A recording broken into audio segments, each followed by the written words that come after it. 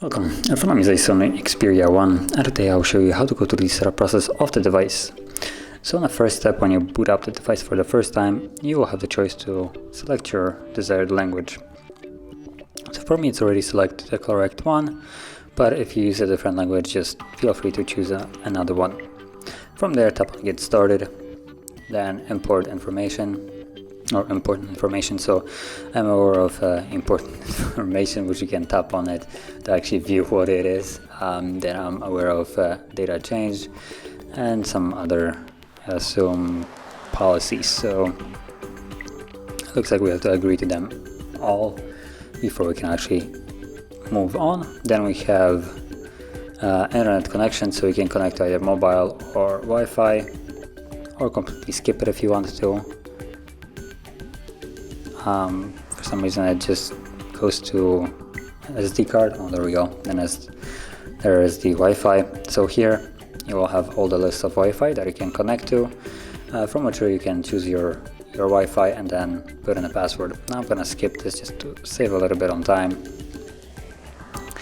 Then you have date and time. Now this should be normally set correctly by default if you have chosen your country correctly, or all the time zone where it asks for a region, or if you're connect to Wi-Fi, it will also set it automatically. So let's tap on next, and then we have Google services. So there are some things that you can disable or keep on depending if you want it or not. You can tap right here to basically read the entire list, but you have location, which will allow apps like Google Maps to know where you're located, so it gives you an accurate route, for instance from point A to point B, where you're trying to use it as a GPS.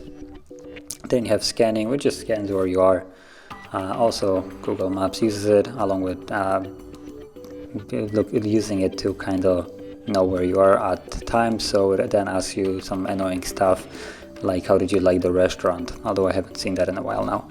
And then at the bottom, the last thing you have is send user and diagnostic data. So again, it just kind of scans what you do on the device and sends it to Google so they can improve the user interface and other stuff in terms of this of like usability.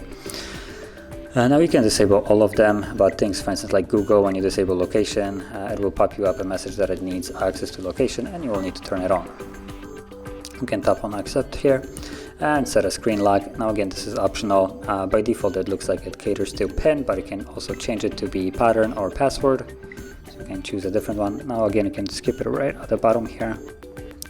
If you're gonna choose to put one in, you will have to insert it once, then tap on next, and then repeat the same one and confirm it.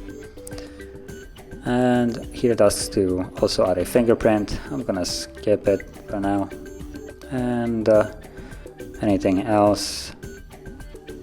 Nope, no thanks.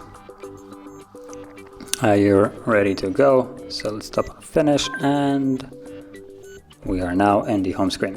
So that is how you would set up your device, and if you found this video helpful, don't forget to hit like, subscribe, and thanks for watching.